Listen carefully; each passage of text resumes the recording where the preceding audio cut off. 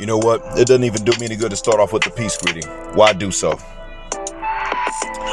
This message is too harsh for that. As you all know, I rarely address the sisters, but this time, sisters, I'm addressing you. So benefit from this if you can. You know, the issue with many of you is that you don't want to accept that this is your fault. And I haven't normally advised men to actually be on the offensive against you and your interest until I heard this sister. She had something to say about Achraf Hakimi. And in case y'all were wondering, his name is pronounced either Achraf Hakimi or Achraf Hakimi. I'm not sure how to pronounce his last name, but his first name is Achraf, in case y'all were wondering. So some of y'all are saying Achraf and Achraf. Stop that. It's Achraf. Because he won and Hiba Abouk didn't win, now you got sisters got stuff to say, talking about some get a prenup and make sure this don't happen to you. Make sure what don't happen to you? That you don't get to take advantage of a man? I mean, with the age difference being what it is, why is she not called a groomer? Because believe you me, she's of that liberated feminist bend. I can tell that by how she dresses in public. During Ramadan, you didn't see her with a hijab on. And a lot of the stuff started during Ramadan. So that wasn't their month of reconciliation. See, I'll tell you one thing. His mother knew, and one or two things happened. Either his mother already had him doing this or recommended that he do this to protect his assets, probably independently of a marriage, or it had to do with a marriage, and she probably said, look, she's bad, I'm telling you. And he said, yeah, but all of them are gonna be the same.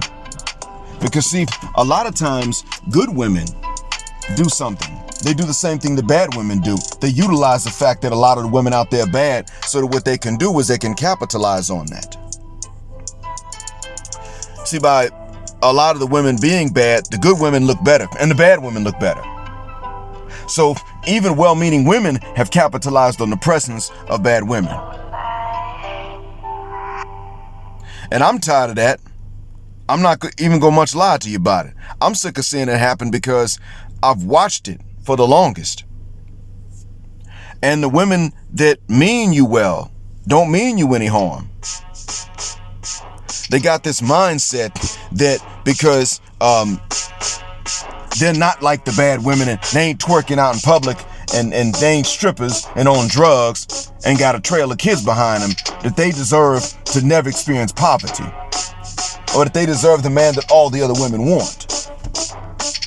They deserve to be able to show off their material possessions to their friend. They still think this way. You know, ladies, I'm letting you all know this is your fault. Men are not approaching you, that's your fault.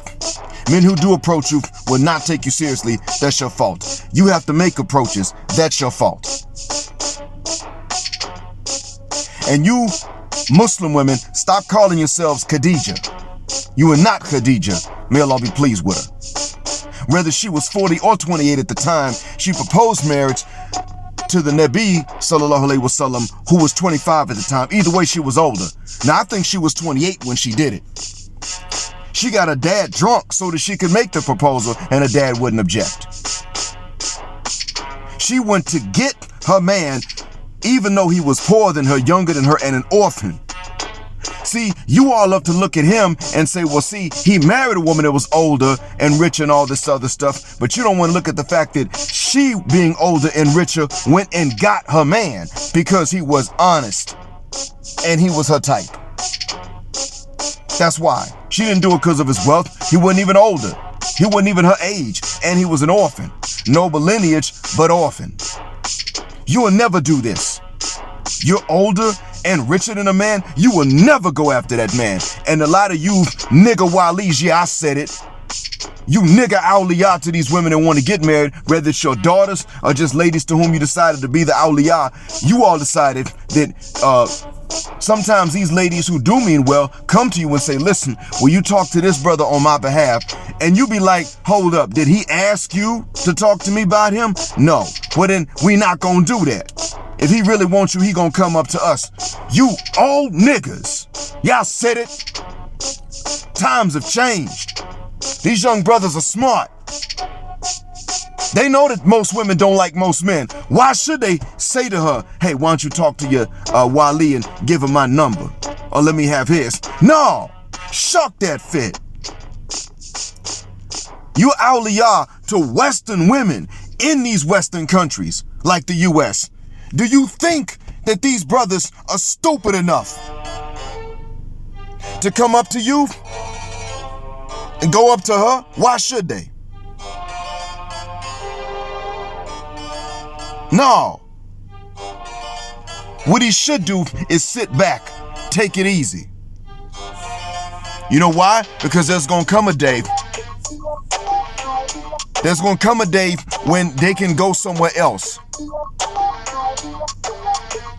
And when they do go somewhere else, they got feminine women that are more submissive and are gonna treat them better. So why should they take that route? Yeah. Explain that to me, old nigga awliya. Because see, you all a major part of this problem.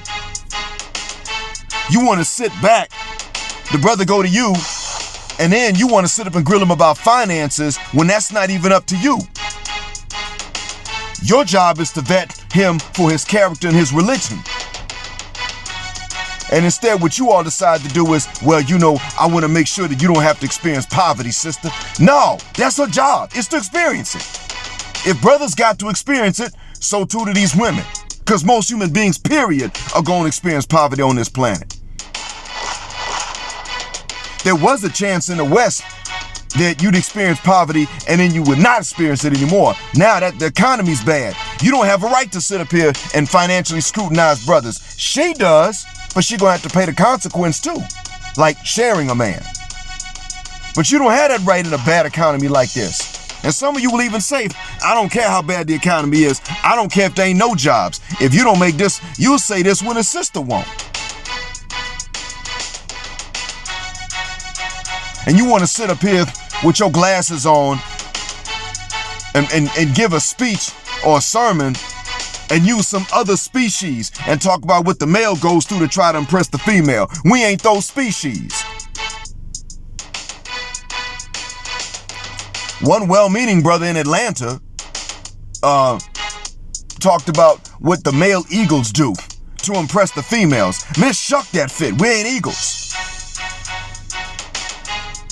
So it's time for you to understand it's your fault. And you Western sisters to understand it's your fault. Your attitudes were funky from jump. And I'm overlooking the stuff that y'all did to me, the mixed messages I got, before you come to me and say, well, black man, who hurt you? That means you're confessing that it was sister's job to hurt me. My question is, it would be who hurt you, but we already know what those guys had in common. All the women wanted him, and you knew other women wanted him. And they were overwhelmed with options, and they weren't monogamous, because the monogamous guys that other women want aren't your type either because they monogamous. So I don't have to ask you who hurt you. The problem is who told you to blame all the men that didn't hurt you for the ones that did. That's the question. And how dare you use a man's inexperience with women against him when most of y'all don't want most men. It's okay that you don't. But then you're going to use that and say, you're going to try to inexperienced shame a man or innocent shame a man. Or men in general. See, I'm overlooking what y'all did with me. I'm not even tripping off that. What I'm not overlooking and what I'm not forgiving is what you did to these other men.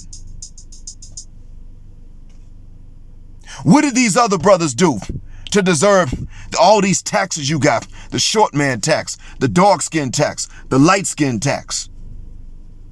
You got all these taxes for different reasons. The non-Pookie tax. The non-ex-con tax. the non-stereotype tax, the bipedal tax, the multilingual tax, the college degree tax, the not having other women's kids tax, the no tattoos tax. You got all these taxes on these other brothers. Forget about me, why you got them.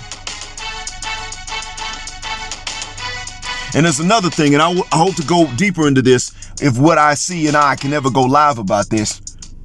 But I know about your role in this whole ADOS and Caribbean and Continental African division and beef. I know about your role in this. Tariq Nasheed, you want some matriarchal BS for that mess, bro. Matter of fact, screw game, Mac lessons, all that. You above all know that these Western sisters don't deserve for us to be trying to learn game or Mac lessons. They ain't been doing nothing but driving brothers away. They drove you away, Tariq. How dare you take on what a sister started? A so-called sister. She ain't your sister. The one that started that is more of a sister, or that popularized it is more of a sister to them Wyatt women's than she is to you or me. How dare you take this stuff on? Because I'm going to tell y'all, brothers, I'm going to let y'all know right now. These sisters talking all this ADOS, and you need to compete with the African and the Caribbean because they don't like us no way. Let me tell y'all what they doing. What they bad-mouthing them to us, they bad-mouthing us to them too. Oh yeah. Oh, and get this, because it gets worse. What they bad-mouthing us men to each other, this is where it gets even worse. They going and telling the women of these men to be feminist and misandrous. They done already got the Jamaican. Chantel Simone told you how she grew up. She grew up in a yard. She didn't get that in the States. They're reaching out to that Belizean woman, trying to indoctrinate them with the feminism. They already got the Bayesian woman, the Bahamian woman, the Trini women with that stuff. They done already got the Lagos woman. I'm not saying the Nigerian, but they got the Lagos woman with that stuff. Oh yeah. See, now one of my brothers from Nigeria, from northern Nigeria that's here, is starting to talk this red pill stuff. He knows about this now. He done looked into it. And now he's beginning to tell the others in Pidgin and in Hausa, even though they all speak English, what the deal is. He's beginning to tell them from what it is that fortunately the northern Nigerian environment has protected families from.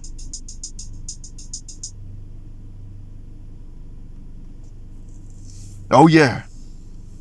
So I'm letting you all know now. Y'all want to know the truth about that ADOS divide? That's not some manly stuff. That's her stuff. That's what she wants. Because the role of them is to do nothing. And you Western sisters, you hyena B words, you know this. Your role is to emasculate any men that love you. I just want you to be honest about it. Stop lying. B word, you know that's your role. B word, you know that's what you into. B word, you know what the drill is and what the deal is.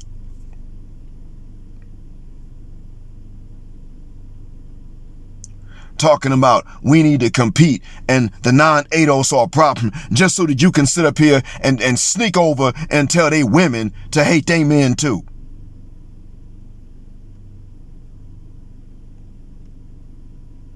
You got women in the continent believe in this stuff, like Joe Amita.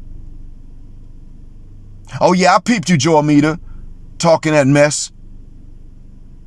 And you know what the messed up thing is, gentlemen? I'm gonna let y'all know. These Western hyena broads from the Caribbean, the Anglophone Caribbean, and North America go after the best looking women on the continent to tell them this stuff.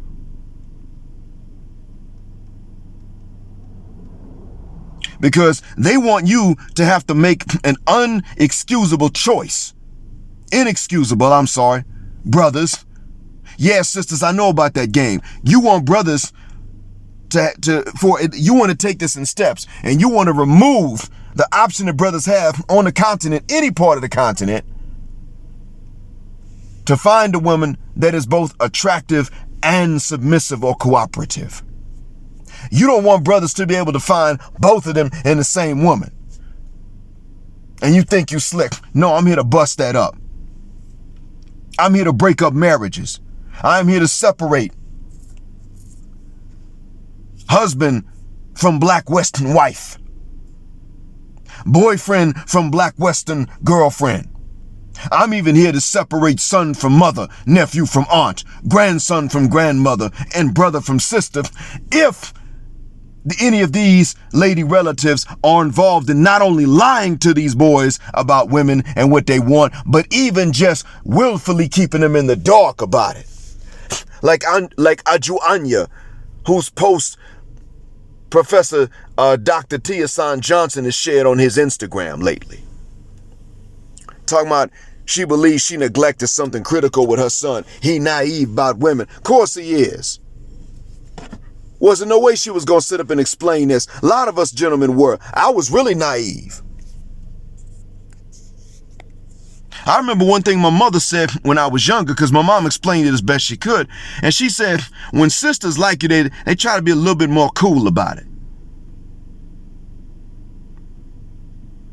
And now what I'm saying is no. I'm glad these brothers ain't letting that slide no more. No more being cool about it, because what you want to do is retain plausible deniability. My brother told me less than 5 years ago, yo, black, sisters ain't gonna drop plausible deniability. They're gonna always keep plausible deniability. You need to realize that. And I was like, yeah, I know they're not going to. I know they ain't gonna drop it. You know what though? Other women will. They always do that. They'll drop it at some point. Sometimes they will, sometimes they won't. But sisters act like, how dare any woman drop plausible deniability? That's why I can't stand y'all. Forget about me. Like I said, what about these mixed signals you've been giving to these other men? You're hateful. And you don't want anybody to see it. But I do. I'm so glad that these brothers ain't putting on capes no more. Shabri Rawls, she can't even catch a ding-a-ling. Good. What took so long? Brittany Renner can't even catch a ding-a-ling. Good. What took so long? So I want you brothers to spread the word. And sisters, the word is, for the brothers, fill neither her privates nor her purse.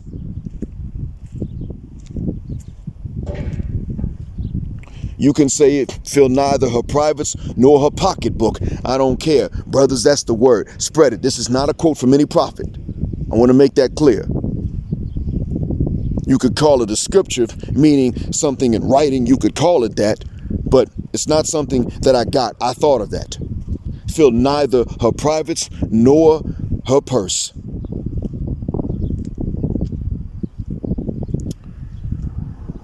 Because now that it's getting to that point, now you're beginning to see some results. And we know, sisters, because it's your fault, that even if you invite us back, you're going to flip if we come back to the table and we're willing to negotiate. You ain't going to know how to act. We know that. So it's toast for you. For the ones that are young girls now that will soon be young women, I do think maybe it's worth it. I don't know. I'll let the young brothers decide that. But I would say to them, be ready to do the same thing again. I would tell the ones that are young boys now will soon be young men, these young girls' contemporaries, I would say to them, if they start tripping any attitude, anything other, if they have any standards for which they're not willing to meet a standard in exchange, drop them. We'll be waiting on you to join us abroad with your passports. I hope this message has been a benefit. Thank you for listening. And as always, black heart, black mind, black out. Assalamu alaikum and black, heterosexual, non-select male power just because they don't like it in black patriarchy until extinction or judgment day. Thank you again for flying with me on Jet Black Airways, where jet black is also a verb. Keep jetting black with me till the wings and the wheels fall off. Gender, justice, forever.